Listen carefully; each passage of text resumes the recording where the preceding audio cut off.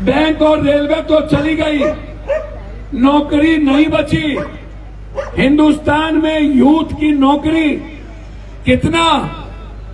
Corona के बाद नरेंद्र मोदी जी लगभग 173 बड़ी फैक्ट्री बंद हो गई, लगभग 3666 या 67 मिडिल क्लास की फैक्ट्री बंद हो गई। कोरोना के बाद फैक्ट्रियां नहीं खुली। चाइना का जब फैक्ट्री बंद हुआ, वियतनाम चला गया, ताइवान चला गया, हिंदुस्तान फैक्ट्री नहीं आई। कहां जाएंगे पूर्वांचल की मां और बेटी? आप दिल्ली की लगभग फैक्ट्रियां बंद कर दिया।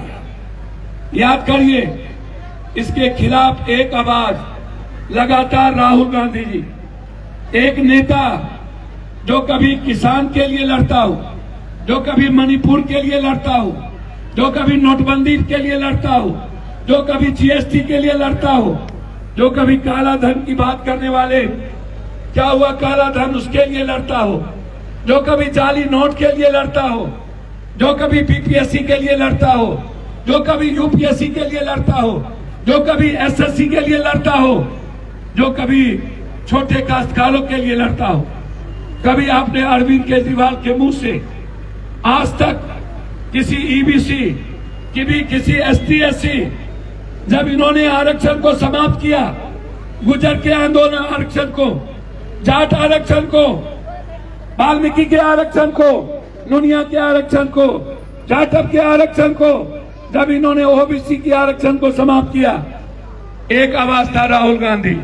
और उस राहुल गांधी ने अपने छोटे भाई को, दिल के टुकड़े को कैंडिडेट बनाया।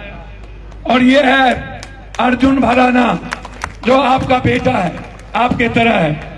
हम शुरू करते हैं कोरोना से। हमें याद है वो दिन जब हम 3 महीना दर दर की ठोकर इस दिल्ली में खा रहे थे। आप गूगल पर याद करो, हम अब संजय सिंह के यहां पैर पकड़ने गए, पैर पकड़े, संजय सिंह जी मुझे बस दे दो, मुझे पूर्वांचल, मुझे यूपी झारखंड के मां और बहनों को भेजना है, बस नहीं मिली।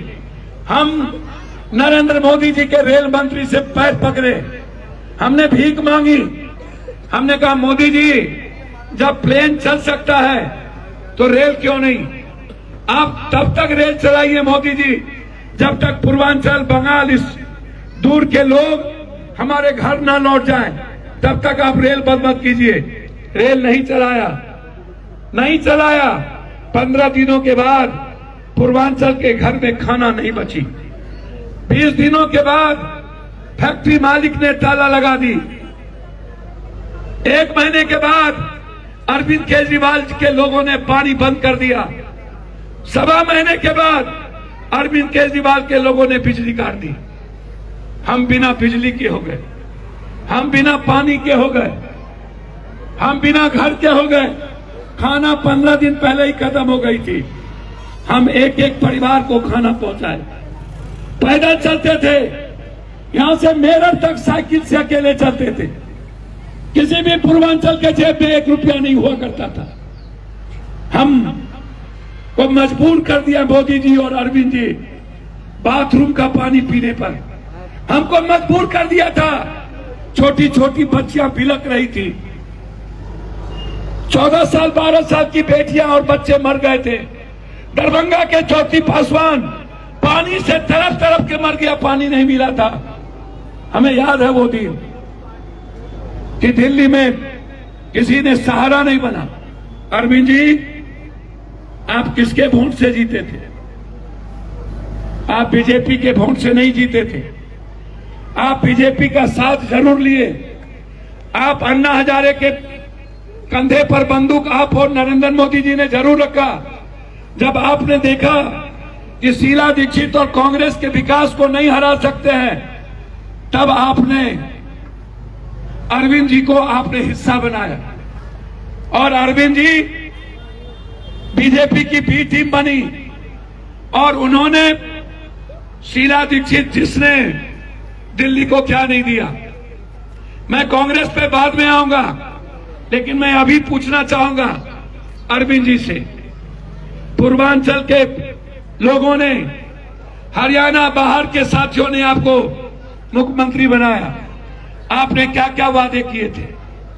छोड़ दीजिए बीजेपी, बीजेपी दुनिया में कभी वादा पूरा नहीं करती।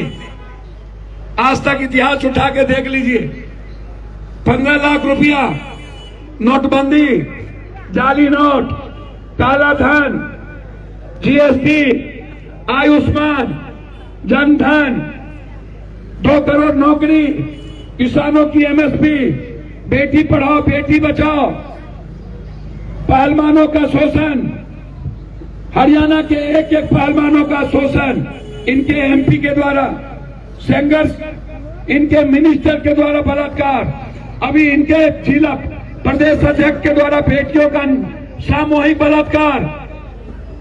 मोदी जी, आप याद करिए इस हिंदुस्तान के व्यापारियों की क्या स्थिति है। आपके पास मात्र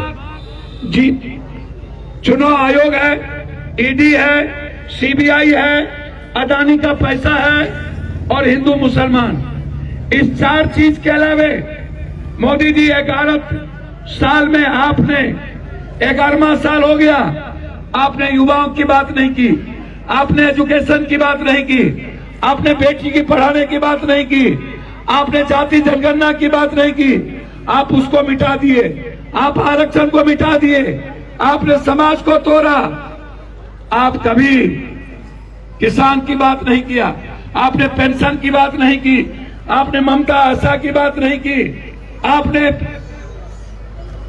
एजुकेशन को कंपलसरी की बात नहीं की। आइए अरविंद जी ने क्या कहा था, हम दिल्ली को पेरिस बनाएंगे। कोई ऐसा झुग्गी झोपड़ी बताओ, कोई, तू हमरा बताव भैया, तू हमरा बताव, तू कोनो झुग्गी झोपड़ी में सड़क बन लिया एकदम, तू याद कर, मैं तुरा बतावे राशन कार्ड के की स्थिति है। राशन कार्ड, अरे जोर से बोला ना, राशन कार्ड बने छा, बिना पैसा लिए राशन कार्ड बन सकता है।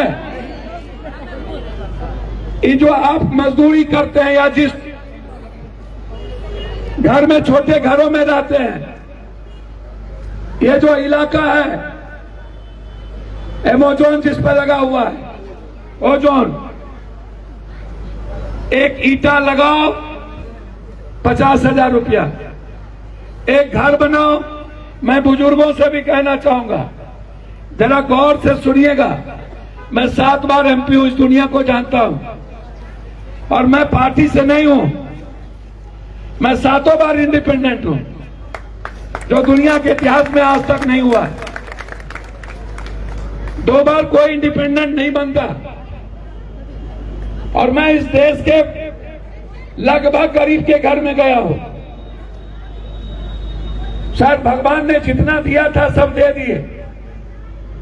मैं सिर्फ अरविंद जी के एक एक चीजों से शुरू करना चाहता हूं, झूठ से, जो अरविंद जी को वोट देना चाहते हैं। मैं शुरू करता हूं 200 यूनिट बिजली से। कौन ऐसा घर है जिसका 200 यूनिट बिजली में काम चल जाएगा? 201, 202, 203, 230, 300, बिजली 201 यूनिट हुआ, 3 गुना बिल, 4 गुना बिल। अरविंद जी याद कीजिए, राजीव गांधी विद्युत परियोजना। अरविंद जी आइए, मैं आपको ले चलता हूं। बिजली के बाद पानी। आप जाइए किसी भी घर में, झोपड़ी में, यदि पैसा नहीं हो, यदि हम 20 रुपया 30 रुपया का पानी खरीद के ना पिए, यदि अरविंद जी का पानी पी लिए, जो गंदे नाली का कीड़ा भी नहीं पी सकता, उतना गंदा पानी। अरविंद जी आपको मेरी सौगंध, कभी आपने नल का पानी पिया? पानी की क्या स्थिति है आप हमको बताइए।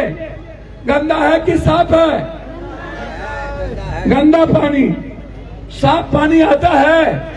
नहीं आता है। अब अरविंद जी से हम तीसरी बात पूछते हैं, दिल्ली का प्रदूषण। हम आएंगे तो हवा ऐसा लाएंगे अरविंद जी, दुनिया में जितना प्रदूषण गंदा वर्ल्ड में दिल्ली में बना, उतना धरती पर कहीं भी गंदा हवा नहीं हो सकता।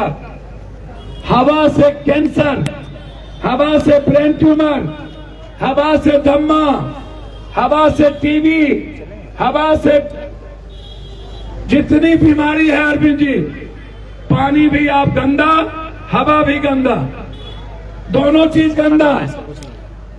अब आइए तीसरा चीज, मोहल्ला क्लिनिक।